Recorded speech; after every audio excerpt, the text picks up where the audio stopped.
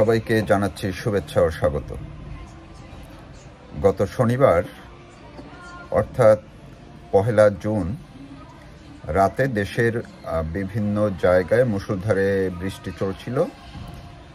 কোথাও কোথাও সন্ধ্যা রাতে, কোথাও মধ্যরাতে, কিংবা কোথাও শেষ রাত থেকে ভোর পর্যন্ত। বৃষ্টির মধ্যেই যখন শেষ রাতে দেশের মানুষ বেশিরভাগই ঘুমে আচ্ছন্ন, ঠিক সেই সময় একযোগে দেশের বিভিন্ন এলাকায় এই বর্তমান অন্তর্বর্তীকালীন সরকার প্রধান ডক্টর মোহাম্মদ ইউনূসের যে গ্রামীণ ব্যাংক, সেই বহুল আলোচিত গ্রামীণ ব্যাংকের একযোগে অগ্নিসংযোগের ঘটনা ঘটেছে। এমনকি মিরপুরে গ্রামীণ ব্যাংকের যে হেড অফিস, সেইখানেও একটি অগ্নিসংযোগের ঘটনা ঘটে একই সময়, এবং এই সময়টা হচ্ছে রাত্র 2:30 থেকে 3:30 পর্যন্ত।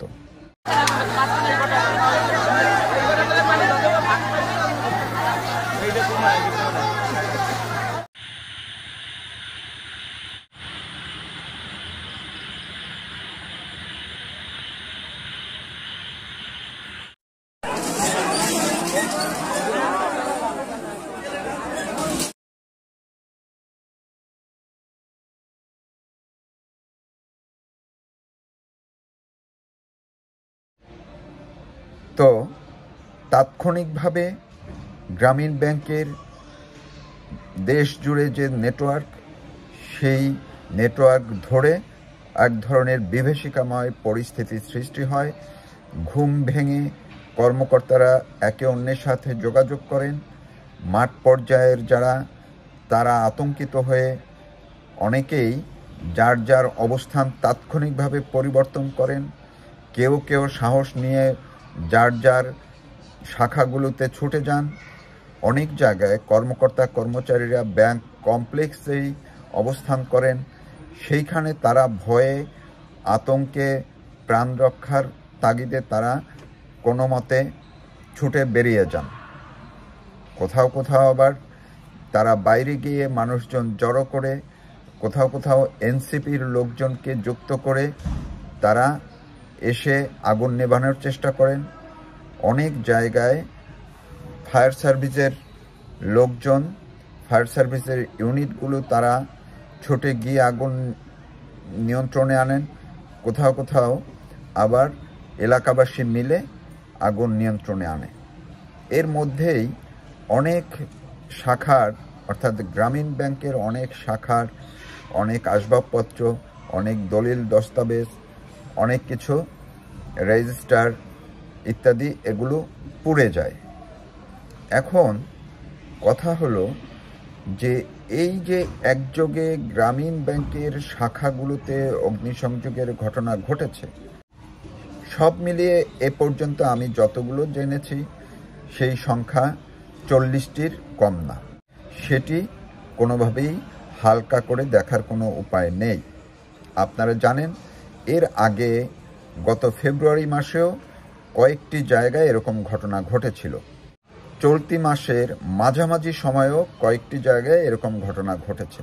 কিন্তু ইন্টারেস্টিং বিষয় হচ্ছে, যখন এই ঘটনাগুলো জানাজানি হয়, তখন সেটিকে কোথাও কোথাও মহড়া হিসাবে বলার চেষ্টা করা হয়েছে, কোথাও কোথাও এটি অস্বীকার করা হয়েছে, এবং সেই সব অগ্নিকাণ্ডগুলো বেশিরভাগ সময় দিনের বেলায় ছিল।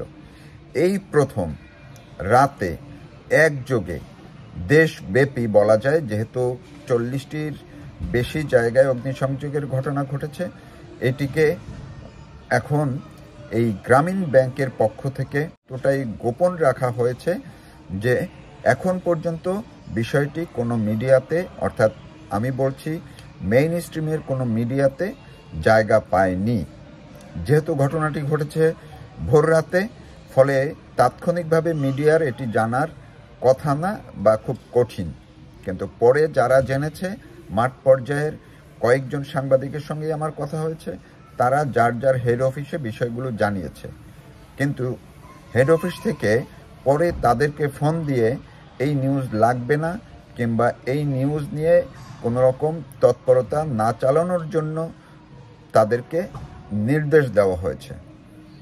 এর নেপথ্যে আমি খুঁজতে গিয়ে জানলাম মূলত গ্রামীণ ব্যাংকের হেড অফিস এবং ইউনুস সেন্টার থেকে বিশেষভাবে বার্তা দেওয়া হয়েছে বিভিন্ন মিডিয়ার হেড অফিসগুলোতে, যাতে করে কোনোভাবেই এই খবর প্রকাশ করা না হয়।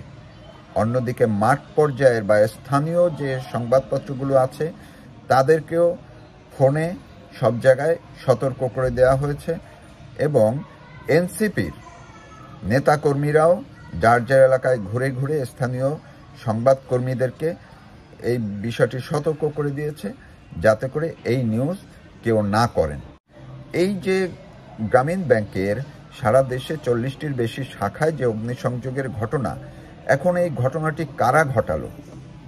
কোথাও কোথাও থেকে স্থানীয় এনসিপি নেতারা কিংবা প্রশাসনের অতি উৎসাহীরা বলার চেষ্টা করছেন এগুলো ঘটিয়েছে নিষিদ্ধ থাকা ছাত্রলীগের কর্মীরা বা নেতাকর্মীরা। আবার কোনো কোনো জায়গায় তারা বলার চেষ্টা করেছে যে এগুলো মূলত গ্রামীণ ব্যাংকের ভিতরে যে অসন্তোষ আছে সেই গ্রামীণ ব্যাংকের ভিতরকার অসন্তুষ্ট গ্রুপ এই কাজটি করেছে, নাশকতামূলকভাবে এই কাজ করেছে। আবার কেউ কেউ বলছেন এই এনসিপি অর্থাৎ ডক্টর মোহাম্মদ ইউনূসের যে দল, তার পৃষ্ঠপোষকতায় যে দল, সেই দল আওয়ামী লীগকে এবং ছাত্রলীগকে আরও চাপে রাখার জন্য মূলত নিজেরা এই অগ্নিসংযোগ ঘটিয়ে সারা দেশে এটির দায় আওয়ামী লীগ এবং ছাত্রলীগের উপরে চাপানোর পরিকল্পনা করেছেন।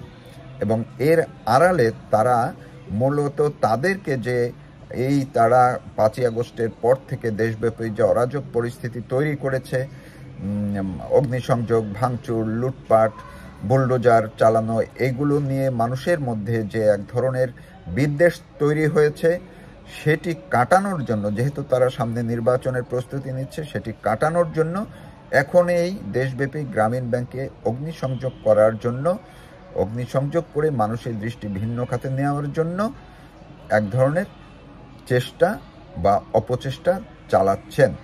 বিষয়টি খুবই গুরুত্বপূর্ণ, যেহেতু গ্রামীণ ব্যাংক মূলত গ্রামীণ ব্যাংকের কর্ণধার ডক্টর মোহাম্মদ ইউনূস, যিনি এখন বাংলাদেশ সরকারের শীর্ষে অবস্থান করছেন, প্রধান উপদেষ্টার দায়িত্বে আছেন।